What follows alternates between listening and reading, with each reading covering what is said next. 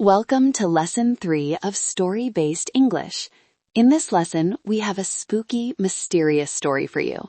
A hiker named James walks deep into a forest and discovers that it has a strange and quiet history. By the end of this lesson, you will know 10 new vocabulary words, and you will understand the passive voice in past simple. You will learn when and why we use the passive instead of the active voice. Let's begin. Okay, here is our first sentence. Listen carefully. The forest was eerily quiet, and James was surrounded by towering trees that blocked the sunlight. Let me read that one more time. The forest was eerily quiet, and James was surrounded by towering trees that blocked the sunlight. All right, what a beautiful opening sentence. Let's look at the word eerily. Eerily means in a strange, unsettling way that makes you feel slightly afraid or uncomfortable. The forest was not just quiet. It was quiet in a way that felt wrong, unnatural. That is eerily quiet. The word comes from eerie, which means strange and frightening. Adding "ly" makes it an adverb. Now, the second word is surrounded. When you are surrounded by something, it is all around you. James was surrounded by trees. Trees were on every side of him. North, south, east, west. Trees everywhere. Think of being in the middle of a circle. Everything around you surrounds you. Now, here is our big grammar introduction. Look at James was surrounded by towering trees. This is the passive voice. In an active sentence, we would say, towering trees surrounded James. The subject does the action, but in the passive, the subject receives the action. James receives the surrounding. The trees do the surrounding. The structure is subject plus was or were plus the past participle. James was surrounded. Why do we use the passive here? Because the focus is on James and his experience, not on the trees. We want to describe what James felt and saw. The passive helps us put the spotlight on the receiver of the action. Does that make sense? Good. Great start. The forest feels mysterious already. Now let's see what James discovers deeper in the woods. Here is sentence 2. An old wooden sign had been carved by hand, and it marked the entrance to an abandoned village. One more time. An old wooden sign had been carved by hand, and it marked the entrance to an abandoned village.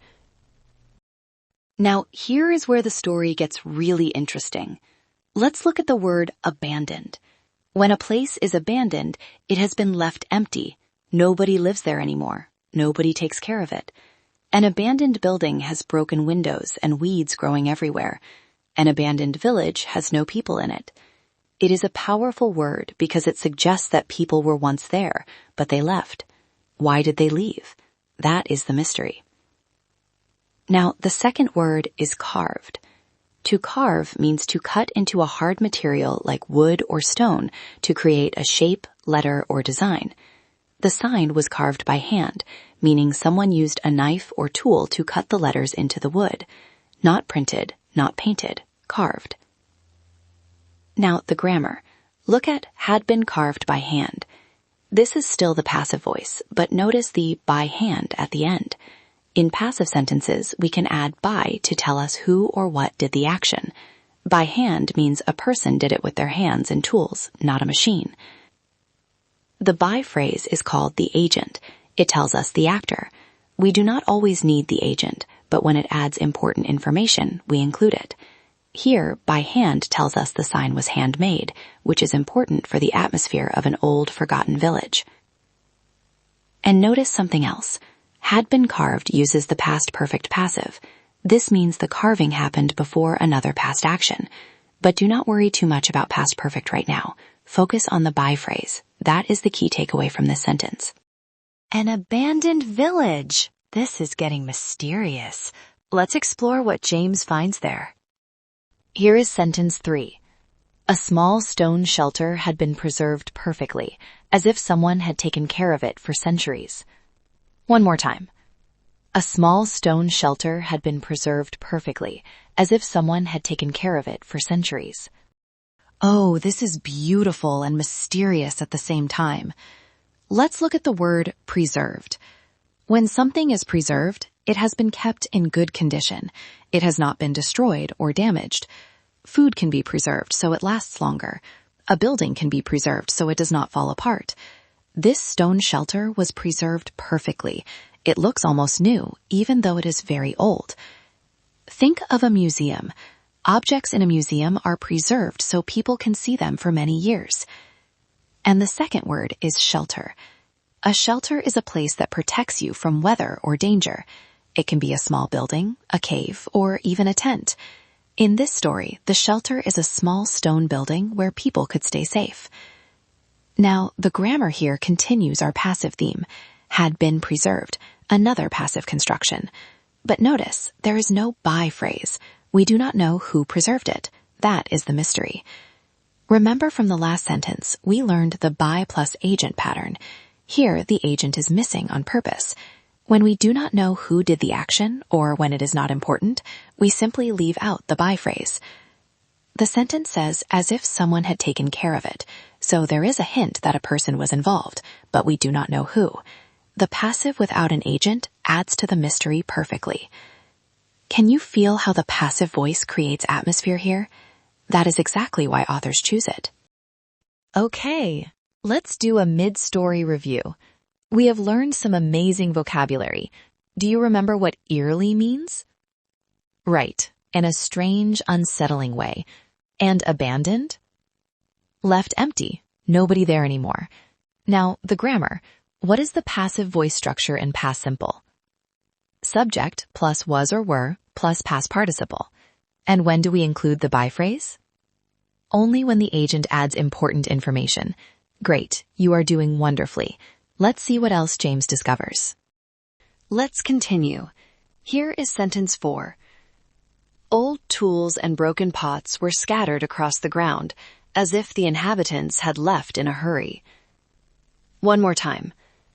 Old tools and broken pots were scattered across the ground, as if the inhabitants had left in a hurry. Oh, this sentence adds so much to the atmosphere. Let's look at the word scattered. When things are scattered, they are spread around randomly, without any order. Imagine throwing a handful of coins on the floor. They land everywhere, in no pattern. That is scattered. The tools and pots were not organized on a shelf. They were scattered on the ground. Random, messy, left behind. And the second word is inhabitants. Inhabitants are the people who live in a place. The inhabitants of a city are the people who live in that city. The inhabitants of this village were the people who once called it home, but they are gone now. A useful connection. Inhabit means to live in. Inhabitants are the ones who live in. Now the grammar. Were scattered. Another passive. And again, no agent. We do not know who scattered the tools. In fact, the tools were probably not scattered by a person at all. They were left behind when the inhabitants ran away. This is an important lesson about the passive.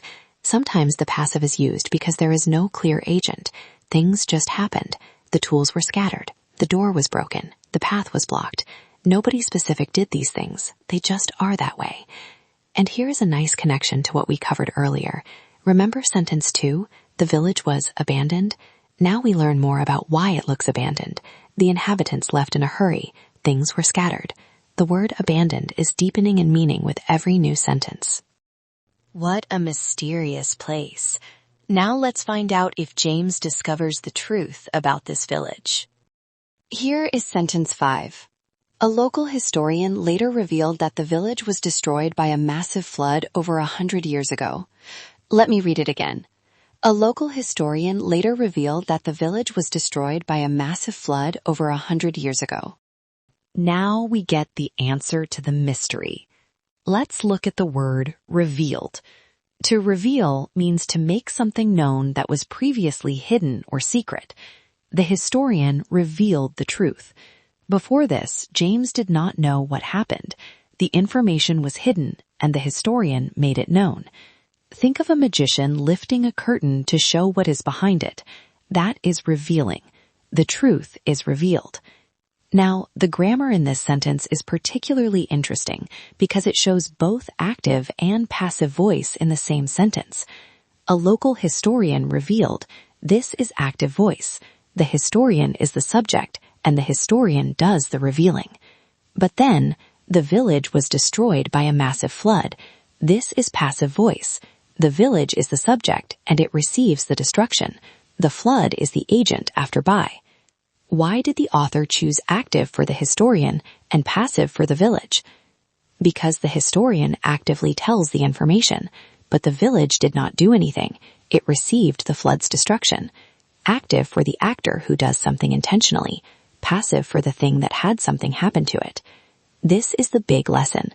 You choose active or passive based on what you want to focus on and who is the real actor. Does the choice between active and passive make more sense now? Excellent. The mystery is solved. One final sentence to wrap up our story. Here is our final sentence. James understood why the forest felt haunted. It was filled with echoes of a forgotten past. One more time. James understood why the forest felt haunted. It was filled with echoes of a forgotten past. What a beautiful ending. Let's look at the word haunted.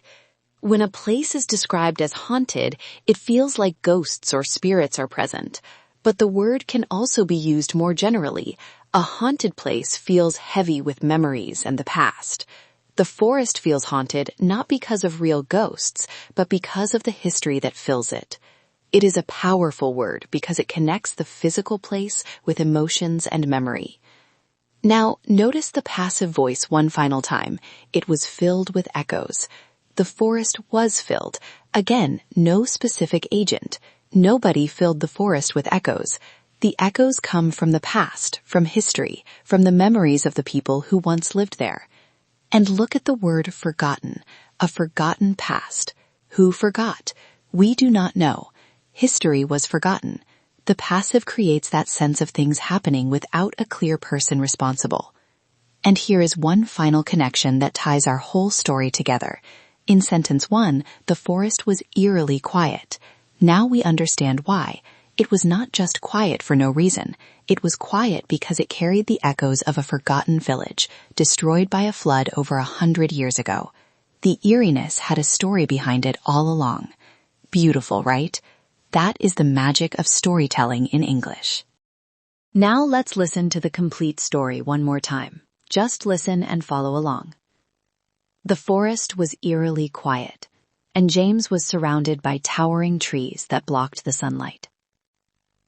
An old wooden sign had been carved by hand, and it marked the entrance to an abandoned village. A small stone shelter had been preserved perfectly, as if someone had taken care of it for centuries.